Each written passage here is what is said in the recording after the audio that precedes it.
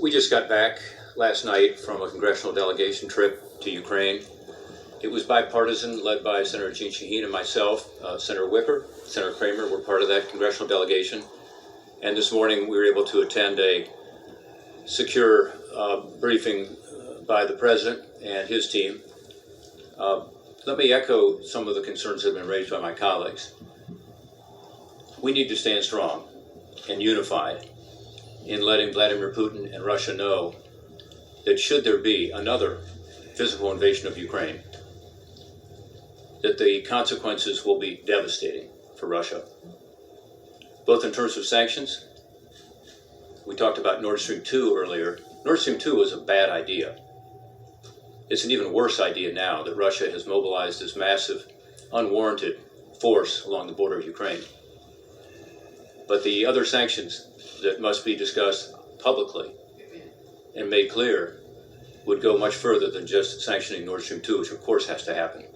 We also need to let Russia know that we are going to provide additional military, defensive, lethal weapons to Ukraine.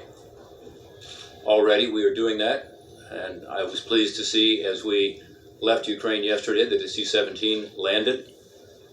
It was from the UK, one of our strong allies, and it had within it anti-tank weapons that Ukraine badly needs to be able to respond should Russia and Vladimir Putin make a terrible mistake. But we need to continue that, and should there be an additional invasion, we need to let the world know that there will be substantially more of those kinds of military weapons and assistance provided to Ukraine, as well as additional buildup of NATO forces in other Eastern European countries, and a commitment, an ironclad commitment, that the free world, not just the United States, not just NATO, but that the free world will stand strong.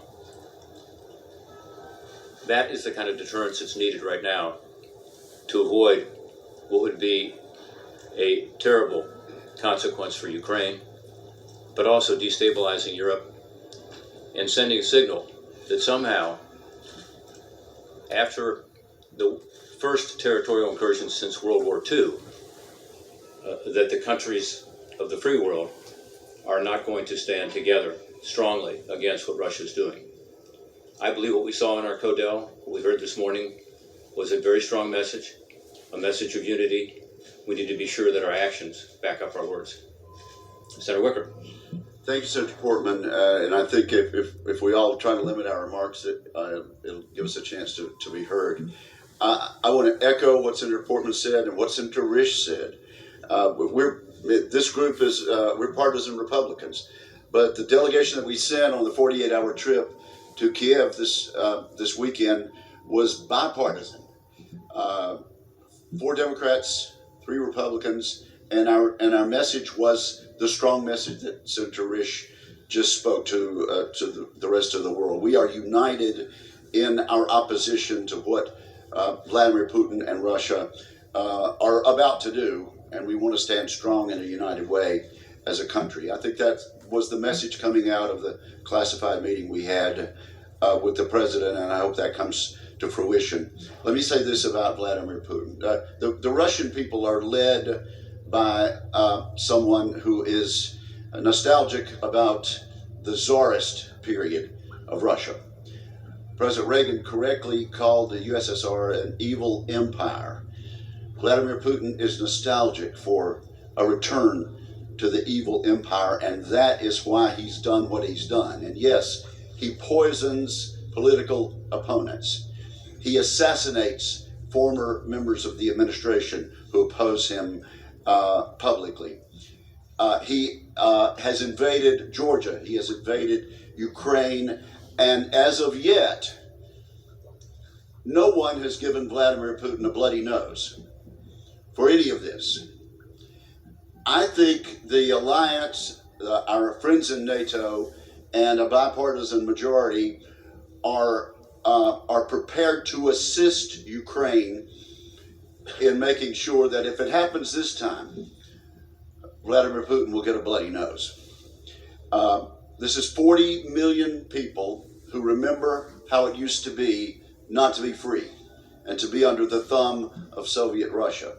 They will fight And it gladdened my heart, as Senator Portman said, to see that cargo plane from the United Kingdom offloading anti-tank weapons. We need to be an integral part of doing more than has already been announced. And we need to make sure that if Vladimir Putin takes this step and makes this mistake for his countrymen and this mistake against his neighbors, that it will be a mistake that he will long regret and long remember. Senator Kramer. Well, thank you. And in the spirit of unity, let me agree with all of my colleagues to this point and just reiterate how strong the commitment is. And while we certainly have some honest policy disagreements, particularly with regard to the sanctions, the Nord Stream 2 sanctions and the sequence, that should not be mistaken by Vladimir Putin or Russia as disunity in our resolve to stand with the people of Ukraine and to stand with freedom. The trip was fast but intense. This morning's briefing with the president was informative and I think constructive. And I think at this point, the message is loud and clear. The United States stands as one in unity with the freedom-loving people of Ukraine and never wants a return to